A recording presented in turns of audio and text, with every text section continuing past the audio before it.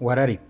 En las profundidades de los bosques, los ancianos cuentan historias sobre los Warari, espíritus malignos que merodean por la espesura, trayendo enfermedades y desgracias a quienes tienen la mala fortuna de cruzarse con ellos.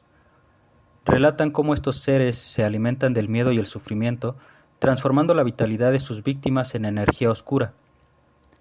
El joven Juan había escuchado estas historias desde su niñez. Siempre había sido un escéptico, atribuyendo los relatos a supersticiones sin fundamento.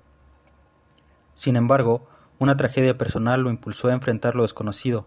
Su hermana menor Nayeli había caído enferma y ningún médico ni curandero podía aliviar su dolencia. Desesperado por salvarla, Juan decidió adentrarse en el bosque en busca de la planta curativa que, según los relatos, solo crecía en las profundidades más sombrías del bosque, donde se decía que los Warari acechaban. Armado con un machete y una antorcha, Juan se adentró en la oscuridad. La densa vegetación y los sonidos nocturnos creaban un ambiente opresivo. Cada crujido de ramas y cada murmullo del viento lo hacían temblar, pero su amor por Nayeli lo mantenía firme. Caminó durante horas, perdiendo la noción del tiempo hasta que el cielo nocturno quedó completamente oscurecido por el dosel del bosque. De repente, una densa niebla surgió de la nada, envolviendo a Juan en un manto frío. Sentía como si 1000 ojos lo observaran desde la oscuridad. Un escalofrío recorrió su espalda cuando comenzó a oír susurros apenas audibles, como si las hojas mismas le hablaran. La antorcha titiló y se apagó, sumiéndolo en una oscuridad total. Entonces los Warari aparecieron. Sus formas eran indistintas, sombras que se deslizaban entre los árboles, sus ojos brillaban con una luz malevolente y sus cuerpos parecían flotar apenas tocando el suelo. Juan sintió que su corazón se aceleraba mientras una oleada de pánico lo envolvía. Intentó retroceder, pero sus piernas parecían clavadas al suelo. Uno de los Warari se acercó, sus rasgos apenas discernibles en la penumbra. Su aliento era como un viento gélido que lo rodeaba y le robaba el corazón. ¿Qué buscas en nuestro dominio mortal? Susurró la entidad con una voz que resonaba en la mente de Juan más que en sus oídos. Mi hermana está enferma. Necesito la planta curativa, respondió con una voz temblorosa. Los ojos del Warari brillaron con una mezcla de curiosidad y malevolencia. El precio es alto. Tu miedo y tu sufrimiento nos alimentan. ¿Estás dispuesto a pagar el precio? Juan, impulsado por la desesperación, asintió. Haré lo que sea necesario.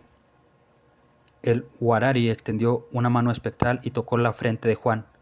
Instantáneamente sintió un dolor indescriptible, como si su alma misma fuera desgarrada. Gritó, pero el sonido fue absorbido por la niebla. Su visión se nubló y cayó de rodillas, sintiendo cómo su fuerza vital era drenada lentamente. Cuando la tortura cesó, Juan se encontraba en un claro del bosque. En el centro crecía la planta que necesitaba. Reuniendo las pocas fuerzas que le quedaban, arrancó la planta y la guardó en su morral. Los Warari lo observaban, sus ojos brillando con una satisfacción oscura. Juan logró regresar a la aldea. Aunque sus pasos eran vacilantes y su espíritu parecía quebrado, le dio la planta a Nayeli, y milagrosamente ella comenzó a recuperarse. Pero Juan ya no era el mismo. Su mirada estaba vacía y una sombra perpetua parecía rodearlo. Los aldeanos notaron el cambio y murmuraron entre ellos, temiendo que los Warari hubieran marcado a Juan de alguna manera. Él, por su parte, nunca habló de lo que había visto y sufrido en el bosque. La noche de su regreso se encerró en su choza y no salió durante días. Cuando finalmente lo hizo, apenas era una sombra del joven valiente que había sido. El tiempo pasó, y aunque Nayeli recuperó su salud, la aldea nunca olvidó el sacrificio de Juan. Él vivió sus días en un estado de semivida, como si una parte de él hubiera quedado atrapada en las garras de los Warari. Los habitantes del poblado reforzaron sus vigilias nocturnas, sabiendo que los Warari siempre estarían al acecho, esperando a que otro desafortunado cayera en sus redes. Así, los Warari se fortalecieron y el bosque se convirtió en el lugar más temido. Las generaciones futuras aprendieron a respetar y a temer a los espíritus oscuros, recordando siempre que el precio por adentrarse en sus dominios era más alto de lo que cualquiera pudiera imaginar.